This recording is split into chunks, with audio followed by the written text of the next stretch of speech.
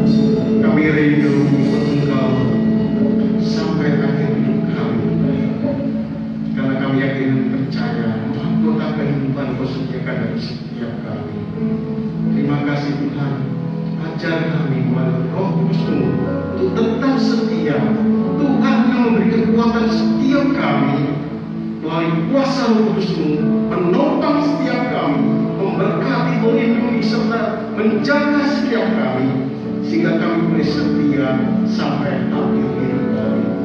Terima kasih Tuhan, terima kasih. Kami rindu menyenangkan hati-Mu. Oleh karena itu Tuhan, kami datang kepadamu dengan ucapan syukur kami, dan kami boleh bersuka cita meninggikan memuliakan nama-Mu. Terima kasih Tuhan, terima kasih. Pukul rapi kami semua yang hadir pada sore hari ini, sehingga sukacita itu ada di dalam kami, dan kami boleh memuliakan meninggikan nama-Mu. Terlebih kami sediakan hati kami, sebentar kami menerima berkat firman-Mu, rapi hamba-Mu, sehingga kami diberkati melalui firman-Mu. Terima kasih. Kami serahkan semua doa kami di dalam nama Tuhan Yesus. Terima kasih Tuhan, terima kasih. Haleluya, haleluya. Yang percaya bersama katakan amin. Haleluya. Mari kita berdiri sama-sama. Salam kanan kiri depan belakang saudara. Salam sehat semuanya. Tuhan memberkati. Haleluya. Mari kita serukan namanya. Tuhan Maha Besar. Yeah.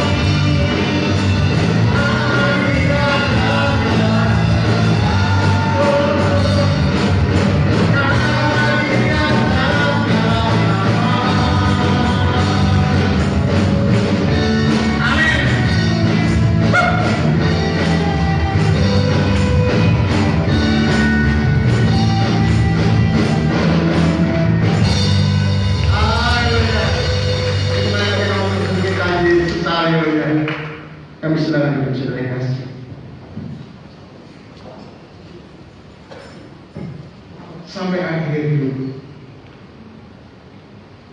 Menunggu Allah dalam segala hal.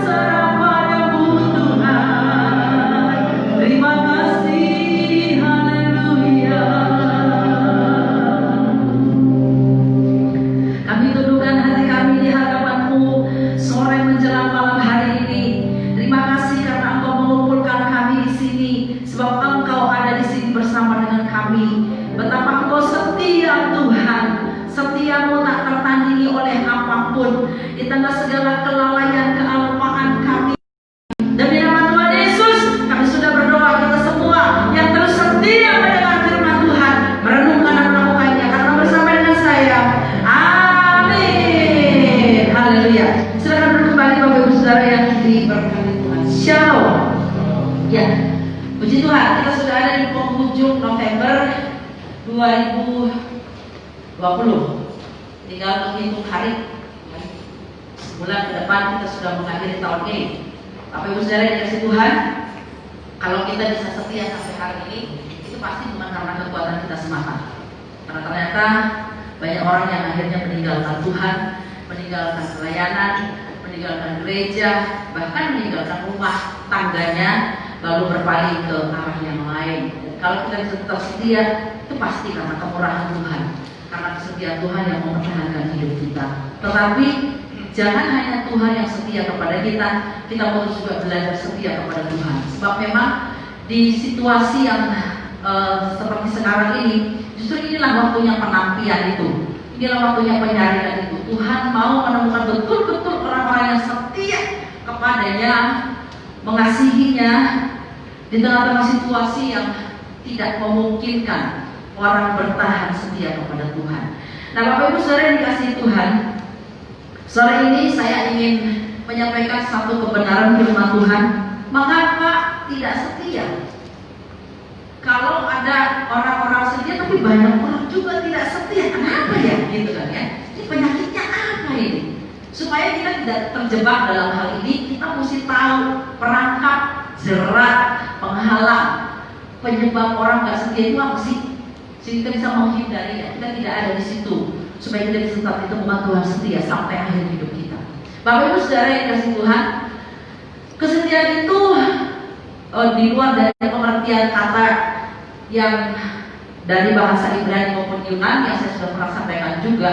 Tetapi kalau diterjemahkan dalam bahasa yang lebih sederhana, kesetiaan itu berarti terjadinya sebuah hubungan antara dua belah pihak, ya. Dan itu tetap terjaga dengan baik sampai akhir hidup, sampai maut memisahkan. Itu kalau hubungannya dengan sesama manusia. Tapi kalau dengan pekerjaan ya sampai berakhir masa kerja itu, sampai pensiun tentunya. Kalau dalam pelayanan ya sampai menutup mata, sampai Tuhan panggil kita pulang. Itulah yang disebut atau yang diberi pengertian tentang kesetiaan. Ya. Nah sekarang mengapa sih orang nggak bisa gitu tidak setia? Ada 3 hal penyebabnya. Yang pertama, saudara, yang pertama, kenapa orang bisa nggak setia? Baca sama-sama, 1. Tidak mengenal dengan benar. Sekali lagi. Tidak mengenal dengan benar. Iya, tidak mengenal dengan benar. Pengenalan itu penting banget untuk membangun kesetiaan. Itu dasar yang harus kita punya. Kalau saudara mengiring Tuhan yang saudara tidak kenal dengan baik, dengan benar, jelas pengiringannya nanti tergantung situasi, nanti tergantung berkat, tergantung mujizat. Karena nggak kenal siapa Tuhan itu sesungguhnya, hanya kenal dari kata orang, hanya kenal dari cerita orang. Pengenalan yang benar akan Tuhan itu penting sekali.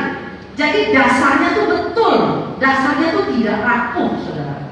Ya, sama seperti seseorang yang hendak menikah antara laki-laki dan perempuan. Saya tidak bicara antara laki yang berjenggot dan yang kumisan, ya, kan ada juga sekarang kan ya, berjenggot dan kumisan menikah gitu. Tapi saya mau bicara antara seorang laki-laki dan perempuan ketika mereka menikah, supaya nanti mereka bisa setia sampai akhir hidupnya, ya harus saling kenal kedua orang ini. Kenal betul, bukan tentu hanya fisik luarnya, tapi juga kenal karakternya, kenal bibit bebek bobotnya, kenal segala sesuatu mengenai calon pasangannya ini. Itu akan nanti menentukan kelanggengan rumah tangga itu, saudara. Ya, makanya tidak seperti zaman Siti Nurbaya. Walaupun zaman Siti Nurbaya ada juga orang-orang yang bisa bertahan dalam pernikahan. Tapi kalau untuk zaman sekarang bukan lagi waktunya, harus ada pengenalan. Dan pengenalan itu nggak berhenti dalam sesaat saja, dalam waktu momentum tertentu saja. Nah makanya Yesus mengatakan ini di dalam doanya untuk murid-muridnya dan untuk semua orang percaya. Di dalam Yohanes 17 ayat yang ketiga, di layar sudah ada. Kita baca bersama-sama Yohanes 17 ayat 3. Semua kita membaca dalam hitungan yang ketiga. 1, 2, 3 ya. Inilah hidup yang kekal itu, Yaitu bahwa mereka mengenal Engkau satu-satunya Allah yang benar, dan mengenal Yesus Kristus yang telah Engkau utus. Inilah hidup yang kekal itu. Inilah hidup yang setia terus sampai akhir nanti. Apa itu? Kalau murid-murid, kalau orang percaya mengenal Engkau Bapa dan mengenal Aku yang Engkau utus. Kalau pengenalan yang betul itu terjadi, saudara, maka apapun boleh terjadi. Tapi karena dibangun di atas dasar yang betul, dasar yang kuat, dasar pengenalan yang sungguh-sungguh, dasar pengenalan yang sejati kepada Tuhan, situasi tidak akan mengubah kesetiaan kita kepada Tuhan. Kita akan tetap bermaut, kita akan tetap setia mengiring Dia. Karena kenal betul, gitu. Ya. Tapi kalau nggak kenal, ya siapalah dia? Tuhan itu siapa? Kata orang-orang berdosa, kata orang-orang yang fasik. Tapi kalau kita saudara, mau apa kata dunia, mau apa kata orang lain, karena kita mengenal Tuhan kita, juru selamat kita, Bapa kita, segalanya, nafas hidup kita, maka kita bisa berkata, apapun boleh terjadi, saya tidak akan melepaskan Tuhan. Saya akan tetap setia mengiring Dia. Begitu Bapak Ibu Saudara. Jadi pengenalan itu penting. Dan pengenalan itu bisa terjadi terus secara kontinu. Itu kalau terjadi satu perjumpaan pribadi dengan Tuhan. Ini penting. Saudara ketika datang beribadah seperti ini, pastikan saudara datang memang dengan tujuan berjumpa dengan Tuhan, supaya ibadah ini tidak menjadi sia-sia. Bukan rutinitas wajib sebagai orang Kristen setiap minggu, tidak. Tetapi saya mau berjumpa dengan Tuhan, saya harus mengalami kehadirannya ketika saya beribadah. Dan saudara, perjumpaan itu akan membuat satu kesan mendalam di hati kita. Bahkan itu akan mengerjakan sesuatu hal di dalam batin kita. Kita pernah mengalami perjumpaan yang real dengan Tuhan. Tidak secara kasat mata betul Tuhan itu hadir, tapi Dia ada di dalam hati kita, ada di dalam pikiran kita. Dia Allah roh, pribadi, ada, real, nyata, hidup. Dan saya mengalami perjumpaan dengan Dia. Jarang orang seperti Rasul Paulus langsung berjumpa dengan Tuhan dalam bentuk sebuah cahaya yang begitu terang. Jarang orang seperti Yakub berjumpa dengan Tuhan di tepi sungai Yabok Peniel itu, bergumul semalam-malaman. Kita mungkin gak pernah punya pengalaman yang spektakuler seperti itu. Tetapi bukan berarti bahwa kita gak bisa berjumpa dengan Tuhan. Tuhan menjumpai kita dengan masing-masing cara yang berbeda. Saudara menjumpai Tuhan dengan firman Tuhan malam hari ini pun bisa. Melalui kejadian-kejadian tertentu bisa. Melalui doa pribadi bisa. Tapi kok saya gak merinding ya? Kok saya gak nangis ya? Kok saya gak begini? Kalau punya pengalaman adikodrat itu tidak menentukan, saudara. Maka harus dibedakan mana perasaan, mana iman. Saya kok gak rasa apa-apa. Kehadiran Tuhan menjumpai tanda tergantung perasaan kita, walaupun perasaan juga penting. Tapi iman kita yang menentukannya. Saya percaya, saya tidak lihat Tuhan, tapi saya percaya Tuhan di sini. Tuhan lihat saya mengalami Tuhan. Buktinya saya bisa nafas, buktinya saya bisa hidup seperti saya. Itu bukti kehadiran Tuhan. Berjumpa dengan Tuhan itu akan menjadi dasar yang teguh kepada kita supaya kita bisa tetap setia mengiring Tuhan. Bapak Ibu Saudara, dan perjumpaan itu harus dilanjutkan dengan punya pengalaman yang terus dipertahankan, terus dikembangkan, terus dilanjutkan. Pengalaman itu nggak sesekali, tapi terus ada sebuah hubungan intim dengan Tuhan. Makanya pengalaman saudara beribadah seperti ini tidak hanya harus terjadi di ibadah di gereja, tapi saudara juga punya pengalaman pribadi bersama dengan Tuhan di sehari-hari hidupmu, lewat doa pribadi, lewat firman, lewat mendengar khotbah di YouTube atau apapun itu namanya. Semua yang berkaitan dengan yang namanya berkomunikasi, berkoneksi dengan Tuhan, pengalaman dengan Tuhan. Pengalaman dengan Tuhan itu bisa terjadi juga meskipun kita bukan saat dalam doa, tapi bisa terjadi ketika kita mengalami sebuah persoalan. Kok ada jalan keluarnya ya? Ketika kita mengalami jalan buntu, Tuhan berikan solusinya ya. Ketika kita sakit, Tuhan berikan kesembuhan. Tapi meskipun kadang-kadang juga enggak seperti itu, bukan berarti Allah itu enggak hadir, bukan berarti Allah itu enggak ada. Dia tetap setia, dan dia akan tetap membuat kita, menuntun kita untuk mengalami dia melalui kadang-kadang lembah air mata. Di sana Tuhan hadir. Melalui kadang-kadang juga berkat sukacita, di situ Tuhan hadir. Melalui kadang-kadang juga ketertekan, kepahitan hidup, di situ pun Tuhan hadir. Jadi dia setia. Itu pengalaman-pengalaman. Dan mari kita terus belajar untuk di hari-hari hidup kita punya pengalaman-pengalaman pribadi bersama dengan Tuhan. Kenapa ya? Rasul-rasul murid Yesus itu bisa setia sampai akhir hidup mereka. Mereka mati martir untuk Tuhan. Mati tidak wajar.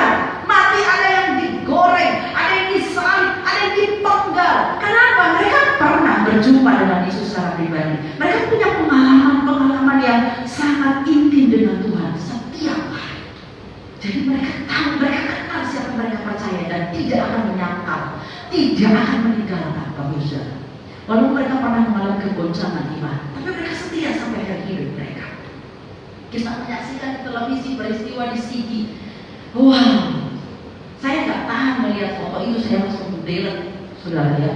Saya dapat gambar itu, saya nggak tahan. Air mata saya udah ngalir aja, saudara ya.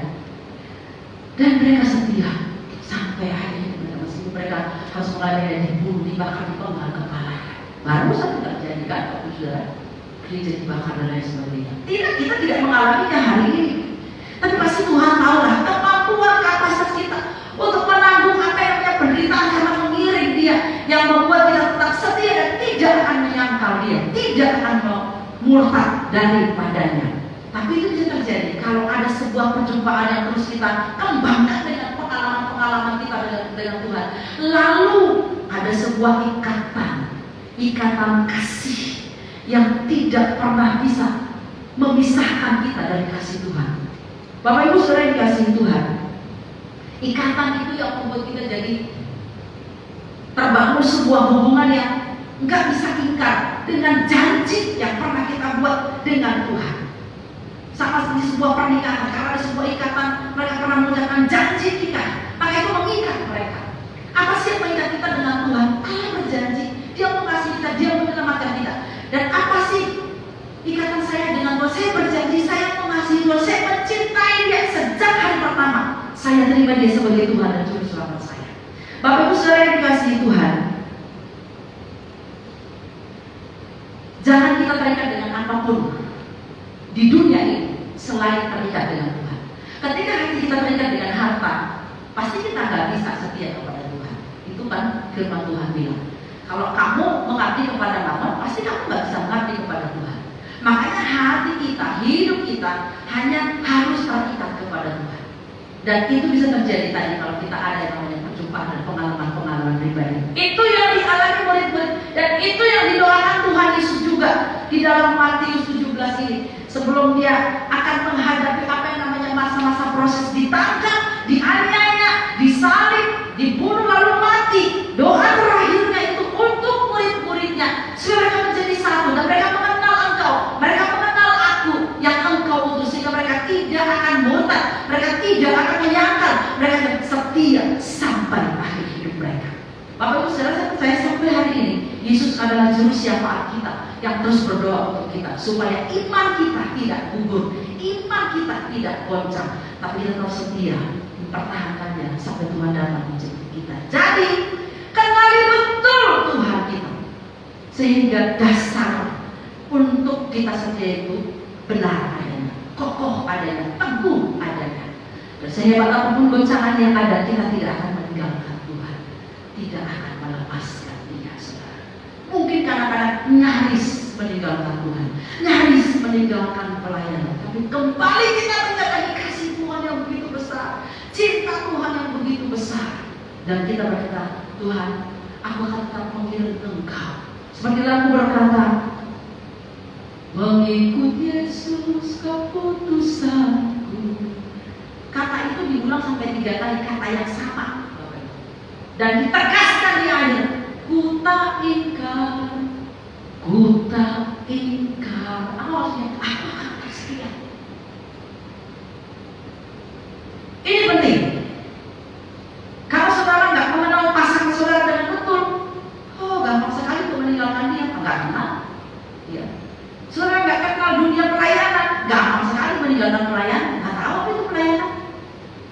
Saudara nggak kenal di mana saudara bekerja, nggak ngerti situasi itu, gampang keluar dari pekerjaan itu. Nggak kenal sih. Jadi pengenalan itu betul dan harus dasar yang benar dan harus ada niat dari dalam hati kita untuk mengenal Tuhan lebih dalam, lebih dalam, lebih dalam. Ini yang pertama. Yang kedua, mengapa orang bisa tidak setia?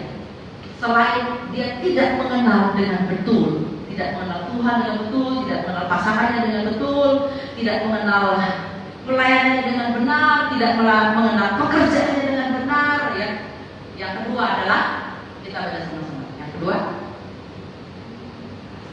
Kasih yang palsu. ya, baca sekali lagi. Kasih yang palsu. Kasih yang palsu. Jadi ada kasih yang palsu, ada kan Alkitab yang ngomong, gitu, ya. Di dalam Roma 12, 9. kita baca sama-sama ya. Roma 12 ayat yang ke 9. 2, 3 ya. Dapatlah kasih itu jangan pura-pura. Jauhilah yang jahat, lakukanlah lakukanlah yang baik. Hendaklah kasih itu jangan pura-pura. Itu belakangnya tanda seru. Paulus menegaskan kepada jemaat di Roma bahwa dari luar kamu kelihatan mengasihi, tapi bisa palsu. Maka dia berseru, kamu kalau mengasihi jangan pura-pura deh, ya. Pura-pura baik, pura-pura senyum, pura-pura melayani, pura-pura ke gereja, semuanya pura-pura. Kenapa? Karena kasihnya palsu. Orang begini nggak usah keadaan menderita, sedikit dia tersinggung, dia nggak mau ke gereja, dia mau pelayanan. Itu saudara. Kasihnya palsu. Makanya Paulus bersuara keras. Jauhilah yang jahat, lakukan yang baik. Apa hubungannya dengan kasih yang palsu? Ketika kita setia, maka di dalam perumpamaan talenta, hai engkau hamba yang baik dan setia, lakukanlah yang baik. Ya. Lakukan yang baik. Kamu akan jadi baik kalau kamu setia, gitu. Ya. Hai engkau hamba yang jahat dan malas, ketika kau tidak setia, engkau bukan hanya murtad tapi jahat di hadapan Tuhan. Dan itu bisa terjadi ketika seseorang kasihnya itu nggak murni, kasihnya itu bukan kasih yang sejati, kasihnya bukan kasih yang benar-benar tulus, tapi kasihnya palsu, pura-pura. Saudara yang dikasihi Tuhan, di zaman sekarang ini memang untuk mencari orang-orang yang tulus dalam kasih itu susah, tapi bukan berarti tidak ada. Dan kalau Tuhan cari di jemaat Gereja Jawali, kiranya Tuhan menemukan kita. Kita adalah orang-orang yang memiliki kasih yang murni, kasih yang punya ketulusan, bukan kasih yang dibuat-buat, Bapak Ibu.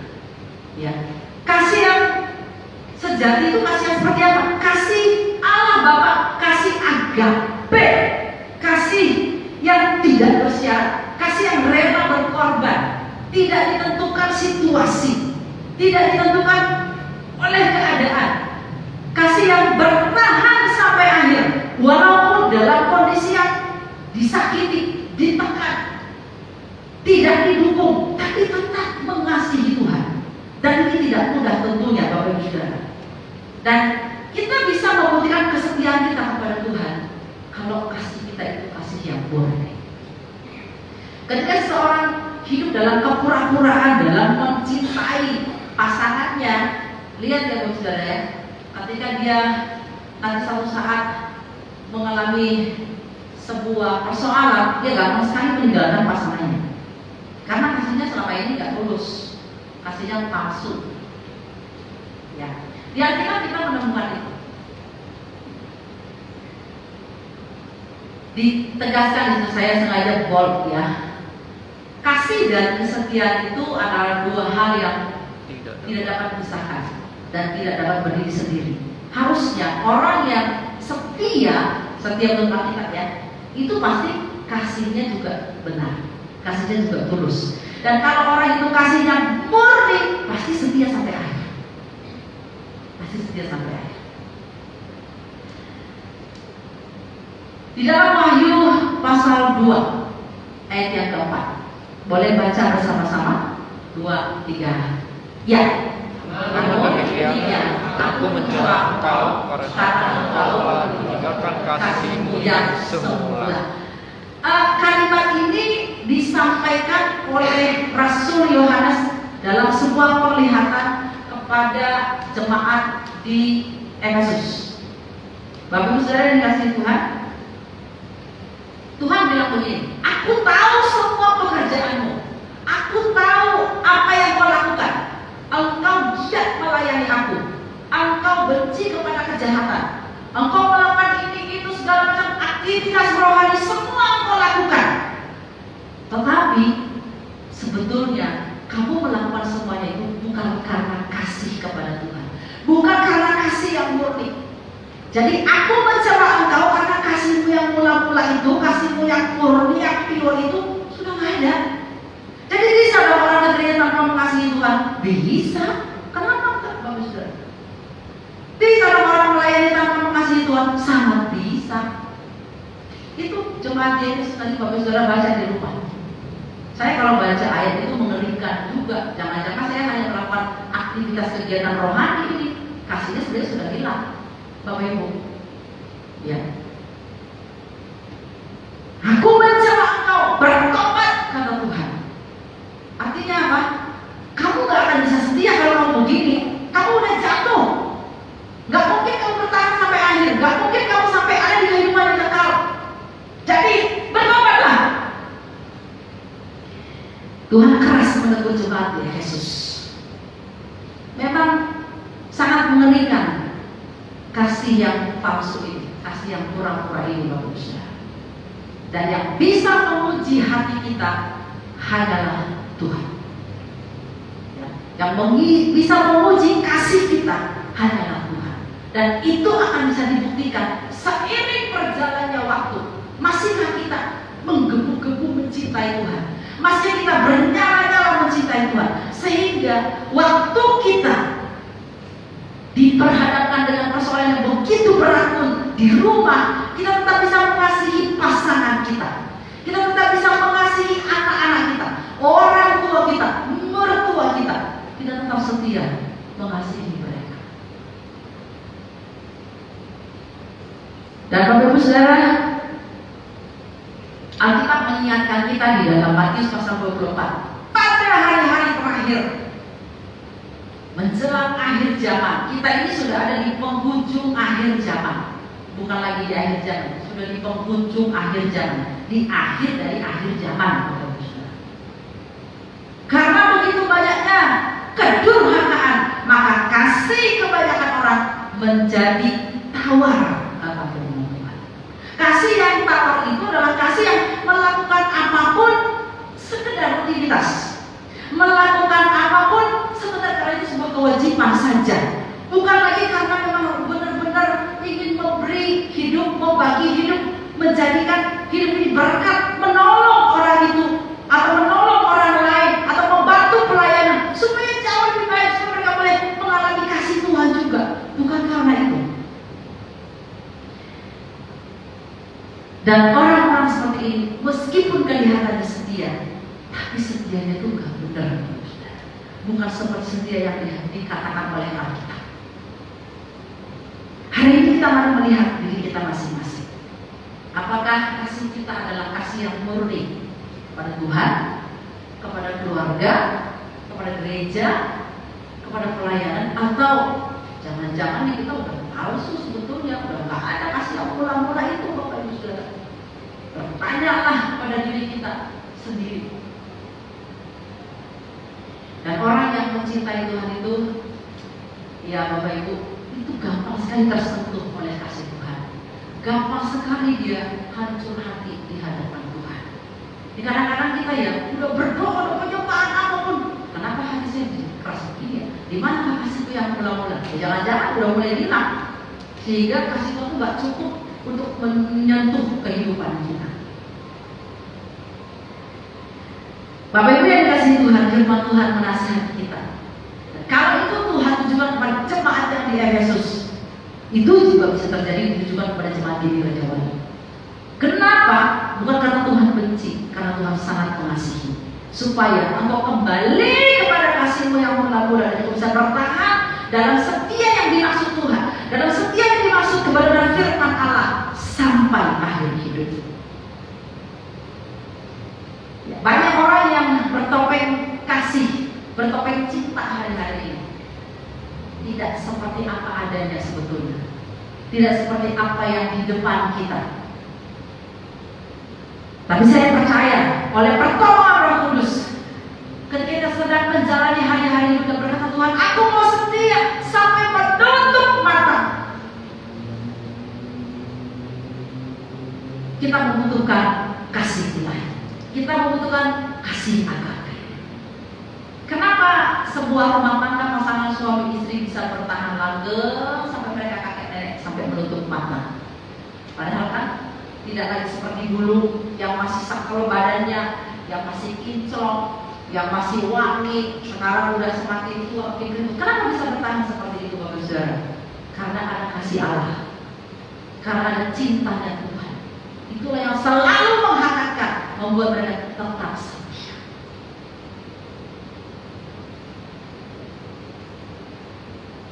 Orang-orang dunia senang sekali menggunakan apa yang namanya topeng, ya ketidaktulusan. Dan nanti waktu akan menguji, waktu akan membuktikan ternyata mereka tidak bisa setia sampai akhir. Tetapi anak-anak Tuhan, mari kita belajar untuk menerima kasih agape dan terus bertumbuh dalam hidup kita sekalian. Kasih agape itu benar-benar kasih yang murni, kasih yang sejati, dan kemampuan kita bertahan setia sampai akhir hidup kita. Ini yang kedua. Sekarang yang ketiga, kenapa orang bisa tidak setia? Yang ketiga, yang terakhir, kita baca sama-sama. Yang ketiga, dua, tiga, ya. Hati yang tidak beres. Ulang kembali. Hati yang tidak beres. Hati yang tidak beres. Ini sumber dari semua sebetulnya, Bapak Ibu. Hati, ya. Hati yang nggak beres. Siapa yang tahu hati kita beres apa enggak? Ya kita sendiri, Bapak Ibu. Tuhan tentunya juga. Di dalam Yeremia 17 ayat yang ke-8. Boleh silakan dibaca 2, 3, ya. Betapa liciknya hati, lebih licik daripada segala sesuatu. Hatinya sudah membatu, siapa yang mengetahuinya? Kita ulang bersama-sama ya. Kurang jelas apa tulisannya? Jelas ya? Oke. 2, 3, ya. Betapa liciknya hati, lebih licik daripada segala sesuatu. Hatinya sudah membatu, siapa yang mengetahuinya? Aku Tuhan yang menyelidiki hati, yang menguji batin. Tuhan yang mau menyelidiki hati dan menguji batin. Tuhan mengatakan ini melalui Nabi Yeremia dalam Yeremia pasal yang ke-17, ketika firman Tuhan di kalimat sebelumnya, di ayat sebelumnya berkata, diberkatilah orang yang mengandalkan Tuhan, yang menaruh harapannya kepada Tuhan. Terkutuklah orang yang mengandalkan manusia, yang mengandalkan kekuatannya sendiri. Betapa liciknya hati. Siapakah yang mengetahuinya? Hatinya sudah membatu, hatinya keras, kata firman Tuhan. Tetapi aku menyelidiki hati, aku menguji batin, kata firman Tuhan. Saudara yang dikasihi Tuhan, ya, di luar kita bisa kelihatan setia, tetapi siapa yang tahu dengan hati kita?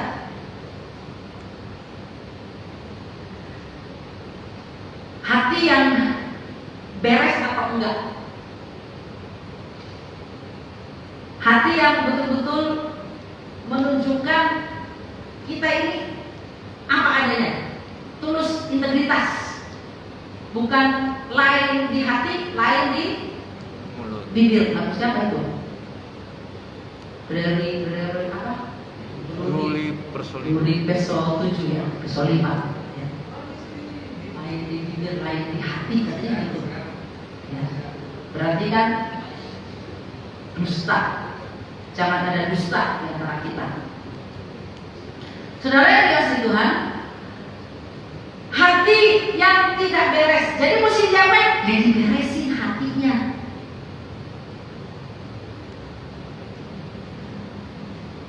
Hati yang tidak beres itu hati yang seperti apa? Yang pertama, hatinya nggak fokus, nggak teguh, nggak kokoh hatinya. Hati yang seperti ini itu sama dengan pindah apa? Kalau anak muda bilang mudah pindah ke lain hati. Nah, ini. Hatinya nggak teguh, gampang sekali tergoda, gampang sekali berpindah, nggak fokus. Orang begini ya nggak bisa setia lah, saudara. Ya, kita perlu memperhatikan ini. Orang Israel itu sampai Tuhan mengatakan, kamu ini bangsa yang tegang lembut, dan kamu ini bangsa yang seringkali hatinya menjauh daripadaku. Memang bibir mulutmu memuliakan aku, tapi hatimu jauh. Hatimu tuh nggak kepadaku, kata firman Tuhan. Hatimu tuh ke tempat lain. Munafik. Bangsa Israel ketika Musa naik ke Gunung Sinai untuk menerima loh batu 10 perintah Allah 40 hari. Mau dibilang lama ya enggak juga sih, 40 hari doang. Tapi bagi bangsa Israel yang memang hatinya gak fokus, hati mereka tuh gak teguh, gampang tergoda oleh yang lain. Saat itu juga mereka membuat patung anak lembu emas dan mereka menyembahnya. Coba ya, mereka berzina secara rohani, selingkuh kepada Allah lain, cepat sekali dong. Kenapa? Karena hatinya gak beres. Hatinya gak teguh. Kenapa hatinya gak teguh? Karena tadi tidak ada kasih Allah di situ. Karena poin yang satu, memang hatinya gak mengenal Tuhan, gak mengenal Allah yang dia sembah dengan sungguh-sungguh. Jadi gampang sekali berubah. Ya. Ada contoh lain, Raja Salomo. Raja Salomo itu gak ada lainnya sama seperti dia dalam hal hikmatnya, kata firman Tuhan, tapi juga dalam hal istrinya. Alkitab menulis berapa istrinya? 100. Berapa? 100. 70. Di kita itu 700. 300 publiknya. Ya. Mudah sekali pindah ke lain hati. Wah, semua orang, semua perempuan yang dia lihat cantik. Dan bukan hanya itu, hatinya juga gak teguh kepada Tuhan. Akhirnya di penghujung hidupnya sangat tragis. Dia membangun patung-patung berhala untuk para istrinya dan menyembah dewa-dewa itu. Hati yang tidak fokus kepada Tuhan, hati yang tidak teguh, akhirnya dipengaruhi oleh istrinya, malah meninggalkan Tuhan. Ini sangat mereka tidak setia sampai akhir. Dia memulai dengan roh, dia memulai dengan sungguh-sungguh cinta Tuhan, tapi mengakhiri dengan daging, mengakhiri dengan tragis, Bapak Ibu Saudara. Tidak setia. Itu Salomo. Perjalanan kita masih panjang ke depan. Kita nggak tahu kapan Tuhan memanggil kita pulang ke surga. Tapi kiranya oleh pertolongan Tuhan, mari kita punya hati yang teguh, hati yang fokus kepada Tuhan, hati yang berpengertian, mencintai Tuhan dengan sungguh-sungguh, sehingga meskipun banyak godaan sampai kanan kiri kita, entah itu karena ekonomi, entah karena yang lain, kita tidak akan berpaling dari Tuhan. Hati kita tetap berpaut kepada Dia seperti Daud. Saudara yang dikasihi Tuhan, hati yang tidak beres, salah satu cirinya adalah hatinya tidak fokus, tidak teguh, gampang goyah. Dalam dunia pelayanan pun sama, Saudara. Ya. Tawarin sana lebih oke, tidak. Tawarin situ lebih enak, tidak. Gak teguh hatinya, terombang-ambing.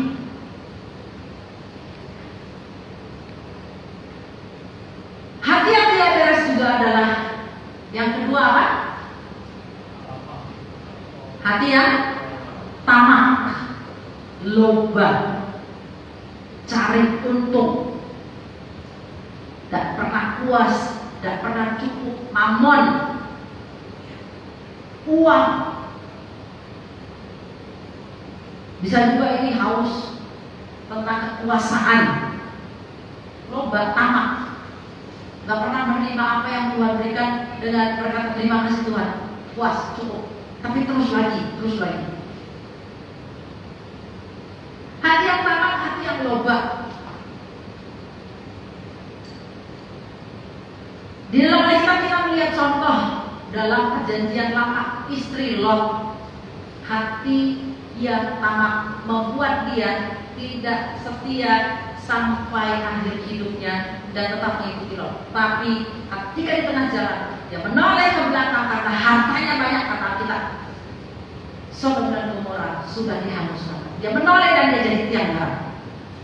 Itu peringatan keras. Kita mungkin tidak jadi tiang garam seperti istri Lot, tapi rohani kita jadi tiang garam di hadapan Tuhan. Gak ada gunanya, gak ada artinya. Dan suatu hal yang berbeda. Makanya memang untuk menjaga hati kita yang tetap menjadikan Tuhan harta satu-satunya, Tuhan kekasih satu-satunya, itu butuh pergumulan yang sungguh-sungguh, dan itu harus bertahan sampai akhir hidup kita. Setia menjadikan Dia saja yang termahal hidup ini, harta yang tak ternilai di hidup ini. Sehingga kalaupun yang lain-lain meninggalkan kita, yang penting Tuhan tidak meninggalkan kita. Itu sebetulnya disitulah nilai hidup kita. Itulah yang bisa kita membuat kita bisa bertahan sampai akhir. Ada yang lain di perjanjian baru, Yudas, hati yang tamak. Alkitab jarang sekali dalam keempat Injil itu menceritakan Yudas, tapi sekali diceritakan langsung julukannya dia pencuri, Bapak Ibu Saudara. Dan kalau kita mengingat nama Yudas, kita tidak mengingat arti namanya, tapi kita mengingat karakternya. Arti nama Yudas itu bagus sekali, dari kata Yehuda artinya memuji Tuhan, bagus banget kan artinya. Tapi bukan itu yang kita ingat. Yang kita ingat adalah apa yang nempel pada dirinya, apa yang dia lakukan, apa ketidaksetiaannya itu dia berkhianat. Kalau kita ingat nama Yudas, pasti langsung ingat pengkhianat. Si penjual Yesus tidak setia. 3,5 tahun dimuridkan, hasilnya ya pengkhianat. Kenapa? Hatinya kepada Mamon, sampai dia rela menjual bulunya 30 keping perak. Saya baca dan saya dengar khotbah Pak Pendeta almarhum Bikman Sirait, dan betul Alkitab bilang begitu. 30 keping perak itu adalah harga seorang budak yang mati ditangkap lembu. Coba, jadi budaknya ini keluar, terus ada lembu nyasar, ditangkap mati tuh budak. Harga gantinya cuma 30 keping perak, cuma segitu doang. Dan seharga itu Yesus dijual. Kenapa itu? Hati yang selalu mencari keuntungan, uang. Saya juga nggak tahu Yudas kemana yang duit, Bapak Saudara. Karena memang dia adalah bendahara dari 12 rasul itu. Dan ketika dia melihat ada seorang perempuan yang mengurapi Yesus dengan minyak narwastu, ngomongnya duit lagi ya. Dia berkata apa? Sayang banget, bagiannya ke orang bilang kamu mengatakan itu karena kamu mengasihi orang miskin, bukan. Memang karena kamu seorang pencuri. Saudara yang dikasihi Tuhan, hati kita ini harus beres.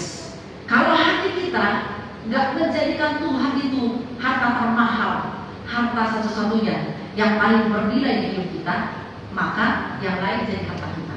Dan waktu ada goncangan, waktu ada persoalan, waktu kita diuji dalam keuangan, kita bisa meninggalkan Tuhan, kita bisa melepaskan Tuhan, dan nggak setia sampai akhir. Saudara, waktu saya kuliah,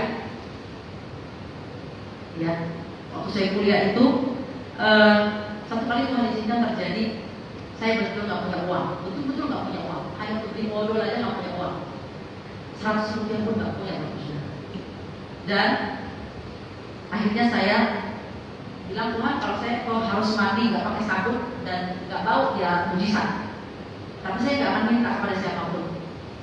Saya tahu Tuhan sedang memuji saya dan saya tidak akan berhenti sekolah Alkitab hanya gara-gara nggak punya uang, nggak apa-apa Tuhan. Lalu saya diam. Dan akhirnya teman saya sekarang perempuan bilang, dan waktu teman saya perempuan ya, dia bilang begini, saya lihat tempat sabun kamu kosong ya, kosong. Kenapa? Nggak punya duit, memang nggak punya, jujur aja. Ya, kamu pakai sabun saya aja, pakai produk saya. Ada sikat gigi yang baru, saya pakai produk saya. Betul-betul nggak punya duit, 10 perak pun nggak punya. Tapi waktu saya tahu Tuhan sedang menguji hati saya, apakah hanya karena itu lalu saya bilang Tuhan itu nggak ada, saya mau berhenti pelayanan. Saya tahu, dan itu terus Tuhan izinkan untuk membentuk hati saya sampai hari ini. Jadi kalau nggak punya uang atau uang sedikit udah biasa, kalau saudara. Bukan karena itu kemudian jadi mengatakan Tuhan itu nggak hidup atau tidak setia menjadi Tuhan. Yang terakhir sekali, hati yang tidak beres. Yang ketiga apa? Keras, tidak mau diperbaharui. Sudah tahu salah tapi tidak mau ditegur. Sudah tahu nggak betul, ketika diberitahu marah. Orang begini Bapak Ibu susah setia kepada Tuhan, susah merasa diri selalu betul, selalu benar. Petrus adalah salah satu contoh yang paling jelas dalam Alkitab. Petrus menyangkal Yesus 3 kali. Bayangkan saudara, itu terang-terangan loh. Saya nggak kenal itu. 2 kali ditanya lagi, siapa itu? Kamu salah orang. Yang ketiga kali, sumpah, sampai sumpah. Dan ketika Tuhan menatap dia dengan penuh kasih, saat itu hatinya dijamah, disentuh karena dia membuka hati untuk Tuhan. Dan dia mau diperbaharui. Kita berkata, dia keluar dan dia menangis dengan sangat sedih, menangis dengan getir, menangis dengan penyesalan. Tuhan ampuni saya. Dan dia dipulihkan, dan dia setia sampai akhir hidupnya. Tidak ada persoalan hati yang Tuhan tidak bisa bereskan. Kalau hari-hari belakangan ini, atau pernah kita mengalami hati yang menyangkal kebaikan Tuhan, hati yang mengatakan Tuhan itu nggak hidup, hati yang mungkin tertuju kepada yang lain, hati yang tidak menjadikan Tuhan sebagai harta satu-satunya, apapun Tuhan bisa pulihkan. Petrus yang sudah menyatakan terang-terangan di hadapan banyak orang saja, Tuhan pulihkan terus. Sebab itu, jangan keraskan hatimu kepada firman Tuhan. Bertobatlah dan pulihlah kembali, sehingga kita setia sampai Tuhan datang menjemput kita yang kedua kali. Tetaplah setia, jangan sampai tidak setia. Hindarilah semua yang ini, jauhilah semuanya. Yang pertama tadi apa? Ketidakmengenalan. Kenalilah Tuhan dengan betul, kenali Tuhan yang benar. Yang kedua tadi apa? Jangan sampai kita ada di dalam kasih yang palsu. Milikilah kasih yang sejati, kasih yang murni. Yang ketiga apa? Jangan sampai hati kita yang gak beres. Bereskan hati kita dan izinkan Tuhan membereskan hati kita. Amin. Untuk firman Tuhan. Mari kita bangkit berdiri. Kita akan pujian kepada Tuhan. Rakyatnya saja telah kulihat kebaikan yang tak pernah habis di hidupku. Ku mau berjuang sampai kau dapat aku tetap setia Tuhan. Haleluya. Telah kulihat kebaikan-Mu yang tak pernah habis di hidupku. Ku berjuang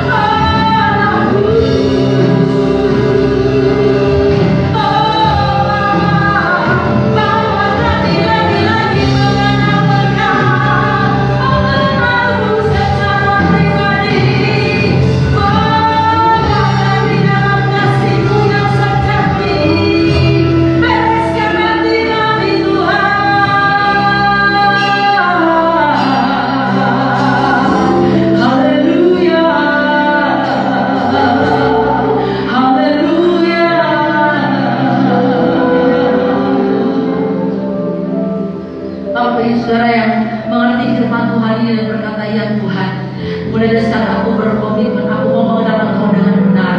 Aku mau keluar dari kasih yang palsu, dan aku mau punya kasih yang sejati, kasih agape. Dan aku mau Tuhan, Kau bereskan hatiku.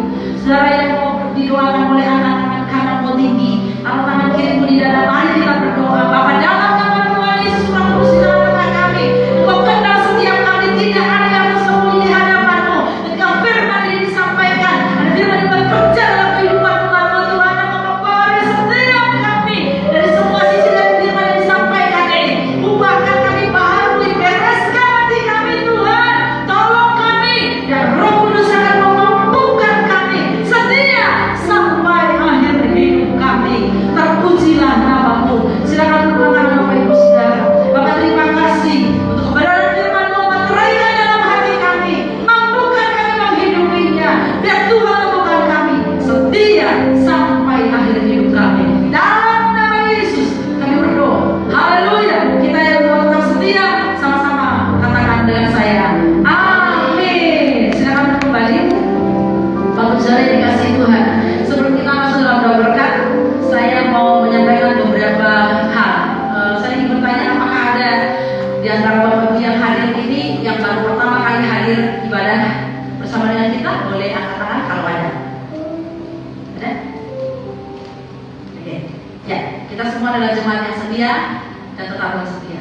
Kemudian yang berikutnya Bapak Ibu, kalau Bapak Saudara mungkin yang agak terbiasa transfer dari bank itu untuk persepuluhan boleh, atau ucapan syukur apapun itu namanya, yang mau berganti pekerjaan Tuhan di sini.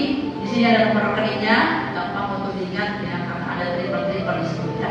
Dan juga untuk Permas, saudara juga bisa mendonasikan yang Tuhan gerakkan dari saudara untuk pekerjaan Tuhan melalui Permas di Gereja Wali. Lalu yang lain adalah minggu depan itu awal bulan, karena itu sudah dekat Natal, jadi minggu depan kita akan mengadakan persembahan untuk Natal. Jadi persembahan kedua dan persembahan kedukaan itu dialihkan untuk persembahan Natal. Nanti akan ada amplop merah di bangku-bangku Bapak Ibu Saudara, didoakan, dipersiapkan tentunya ya, untuk kita mendukung acara Natal kita di tahun ini. Dan Natal di Gereja Wali diadakan tanggal 20 Desember hari Minggu, dan diadakan 2 kali. Kenapa? Karena kita mengikuti protokol kesehatan yang ketat. Ya, jadi yang pertama pagi biasanya setengah 8 diundur jadi jam 8. Silakan Ibu Saudara kalau memang mau datang di pagi juga tidak apa-apa. Ya. Kemudian yang sore yang biasanya jam 6 tapi dimajukan jadi ke jam 5 supaya tidak kemalaman pulangnya, maksudnya begitu ya. Oke, silakan Ibu Saudara boleh pilih, mau datang pagi, mau datang sore, biar sama semua yang melayani, kecuali yang melayani firman Tuhan. Oke, next yang lain. Aileen atau Abi.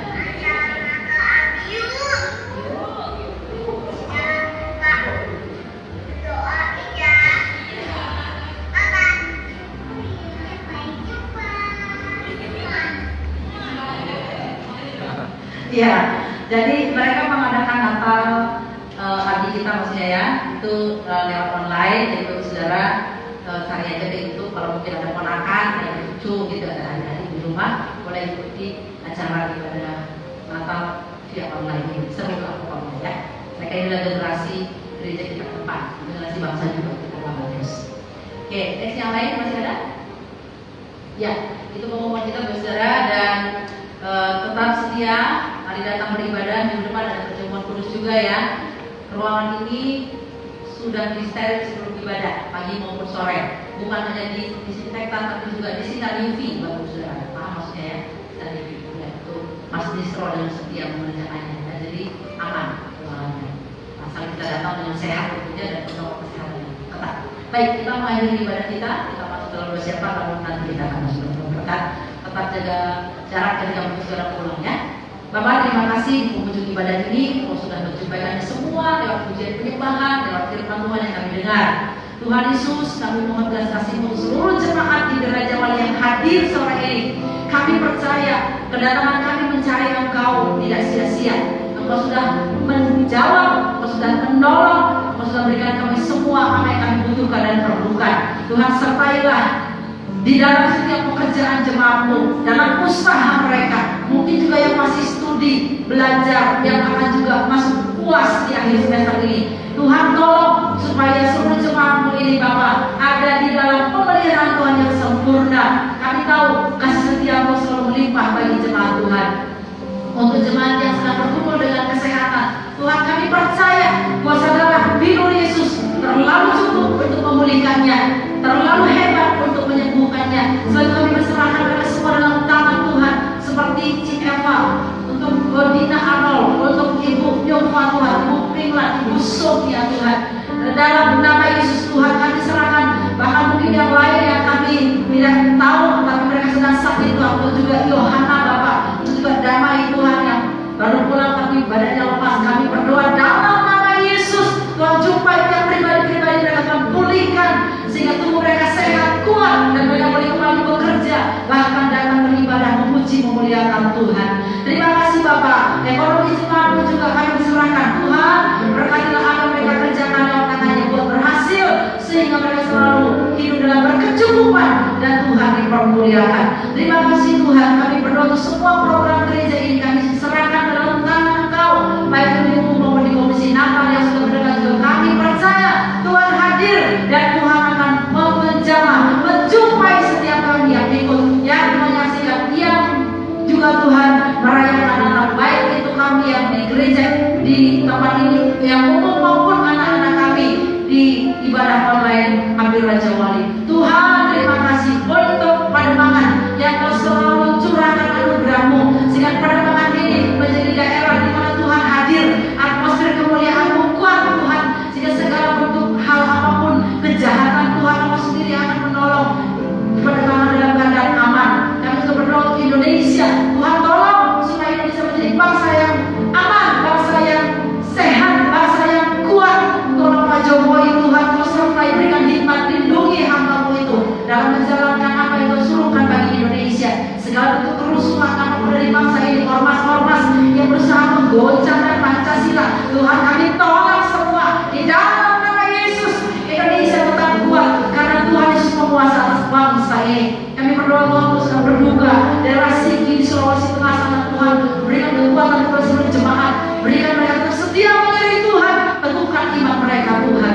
Dan dalam nama Yesus kami serahkan seluruh hidup kami, berkati semua yang melayani sepanjang hari ini, pagi maupun sore. Tuhan Engkau jadikan kami senantiasa menjadi hamba-hamba yang setia, mengasihi dan melayani Tuhan. Terima kasih Bapak. Sebentar kami akan berpisah dari tempat ini. Kami percaya perlindungan Tuhan sempurna menutup bungkus kami dengan kuasa darah domba Allah, baik itu yang dekat maupun yang jauh, yang berjalan kaki, berkendaraan pribadi maupun umum, sertai kami semuanya. Terima kasih Tuhan. Mari Bapak Saudara, kita berdiri, kita siapkan hati kita untuk menerima berkat yang datang dari Tuhan. Arahkan hatimu dan angkatlah kedua tanganmu dan terimalah berkat yang berlimpah dari Allah Bapa. Diberkatilah saudara-saudara semua di dalam keluargamu, diberkatilah dalam pekerjaanmu, diberkatilah dalam usahamu, dalam rencana-rencanamu, diberkati dalam studimu, diberkati dalam pelayananmu. Pulanglah dan terimalah segala berkat yang berlimpah dari Allah Bapa, kasih karunia dari Tuhan kita